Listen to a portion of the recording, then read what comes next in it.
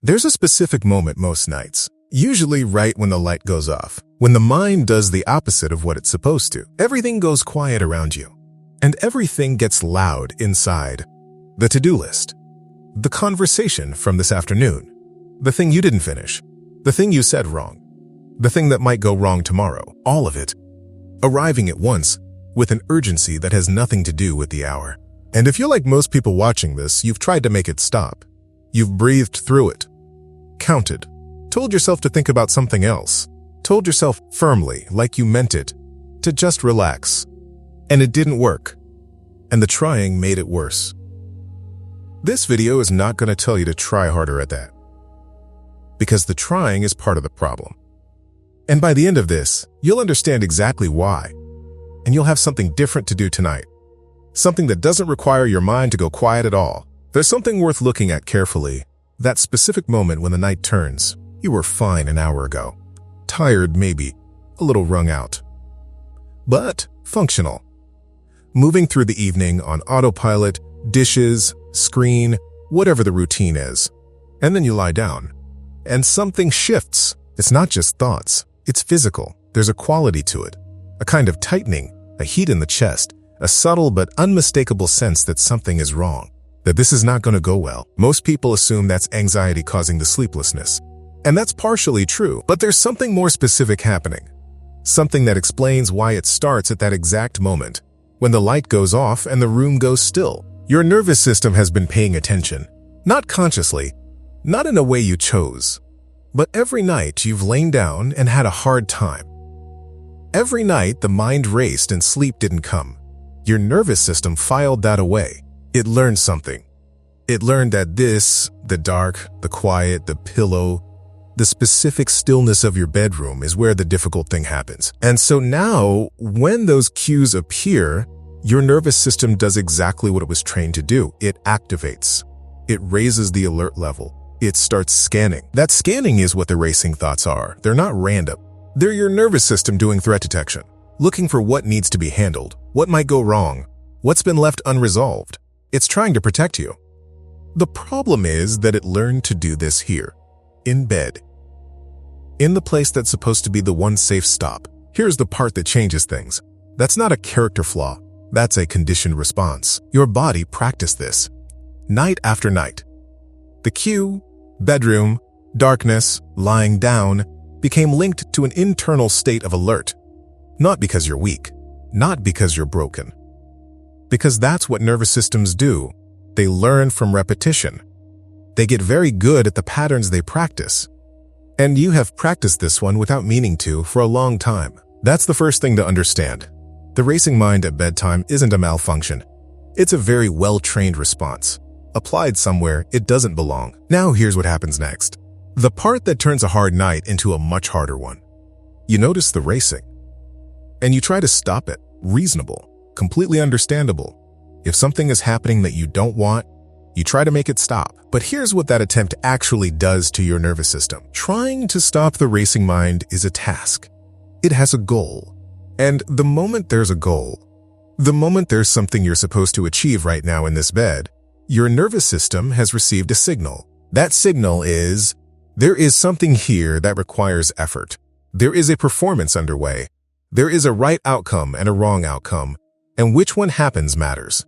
That signal is the opposite of safe. Sleep, specifically the transition into sleep, requires your nervous system to believe that there is no threat nearby, that nothing needs monitoring, that it can let go of the watch, performance pressure, even the mild, well-intentioned kind. I need to slow my thoughts down. I need to make this stop. I need to relax, tells the nervous system the opposite. It says, something is at stake right now. Stay alert. So the harder you try to quiet the mind, the more the nervous system escalates. Not because you're doing it wrong, because the act of trying is itself the signal that keeps the system awake. This is documented. Research on what's called sleep effort, the active, effortful attempt to fall asleep, consistently shows it increases what's called cognitive arousal. The more you try, the more activated the system becomes. Not metaphorically. Physiologically. Which means every night you've spent trying to force your mind quiet. Every breathing technique that didn't quite work, every time you told yourself to stop thinking and couldn't, That wasn't a failure of discipline. That was your nervous system responding exactly correctly to a method that was asking it to do two incompatible things at once. Relax and achieve something. You cannot do both. No one can. That's not a willpower problem. So, if trying to quiet the mind makes it louder, what actually works? The answer is something that most sleep advice never arrives at. Your mind doesn't need to be stopped. It needs a different job. Think about what the racing mind is actually doing. It's active, it's scanning. It's looking for something to work on, something unresolved, something threatening, something that needs attention. That activity doesn't go away because you tell it to, but it can be redirected. There's a specific kind of mental engagement that does something interesting to the nervous system. It's absorbing enough to occupy the part of the mind that's scanning for threats.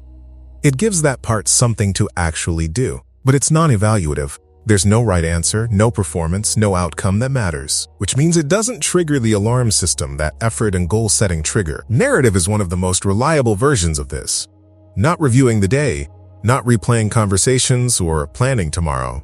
A story that lives nowhere near your actual life. Some people use a place they've been that felt genuinely safe, not to force calm, but to give the scanning mind a landscape to move through that doesn't have any danger in it. Others use a simple, absorbing imaginary walk.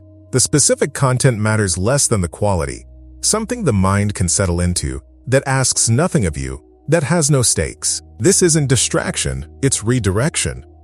You're not trying to trick yourself into not thinking. You're giving the part of your mind that needs to be working something different to work on.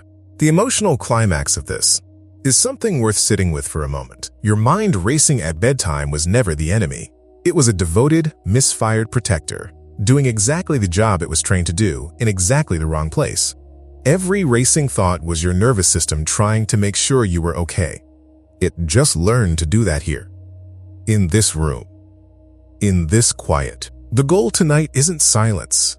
The goal is giving that protector something different to protect you from, something imaginary, something low stakes, something that doesn't require you to succeed. That's it.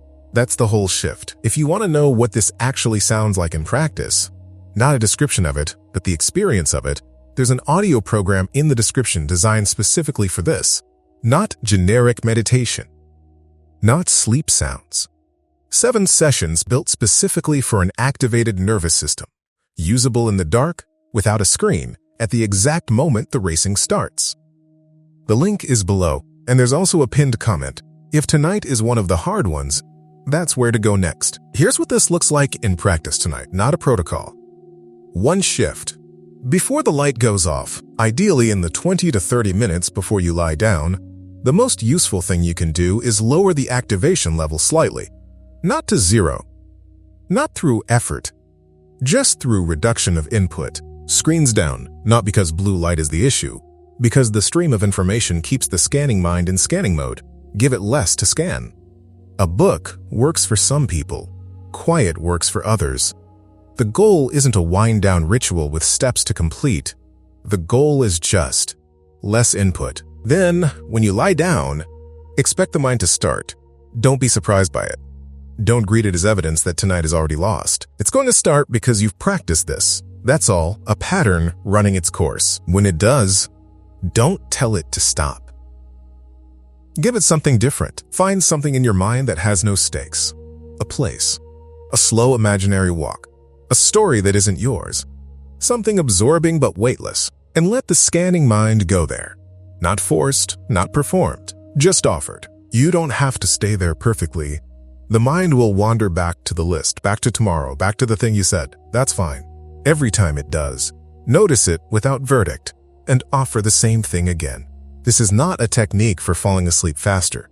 That framing puts you back in performance mode. This is a technique for changing the job you give your mind during the window when sleep is possible, so that instead of signaling threat, you're signaling that the watch can stand down. Sleep happens when the nervous system believes it can. If you're watching this at 3 a.m., I get it, and I'm not going to lecture you. The same thing applies. The calculation of remaining hours, how many if I sleep now, how bad tomorrow will be. That's the scanning mind doing threat assessment. Give it something different. Not to force sleep, just to change the instruction. That's the whole thing. One instruction swapped out for a different one. Not tonight forever, just tonight. And if it doesn't work perfectly tonight, if the mind wanders more than it settles, if sleep is still slow to arrive, that is not evidence that this doesn't work for you. It's evidence that a long practice pattern takes more than one night to revise. Which is true. That's not a failure. That's how nervous systems learn. If what's in this video opens something you want to take further, the audio program in the description was built for exactly this. For the nights when understanding isn't quite enough, and you need something to actually use in the dark. The link is below, and there's a pinned comment too. What does the moment when your mind starts racing at bedtime actually feel like for you? And when in the evening does it usually begin? Tonight. When the light goes off, and the mind does what it's learned to do, try to remember this. That's not failure arriving. That's a nervous system that practiced this. A very capable, very devoted system that learned the wrong lesson about when to stand watch. You didn't cause that on purpose. You didn't choose it. It happened through repetition, through difficult nights, through the body doing what bodies do, learning from what they experience, building reflexes from what they survive. The goal tonight is not silence. Silence was never something you could demand of a nervous system that believes it's working. The goal tonight is a different instruction. A different job for a mind that's going to be active either way. Give it something weightless to move through, something with no stakes, something that asks nothing back.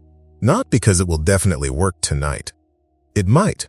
Or it might only work partially, and both of those are fine. But because every time you give your nervous system a different instruction, you're adding a new data point to a very old pattern.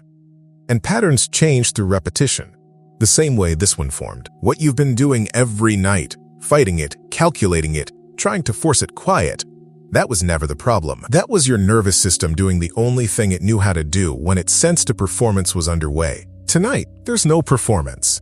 Tonight, you're not trying to sleep. You're just giving a loud mind something different to do and letting whatever happens, happen. That's a different relationship with the night than the one you've been in. And different relationships are built slowly, one night at a time. Tonight is one night, which means it's also just one night.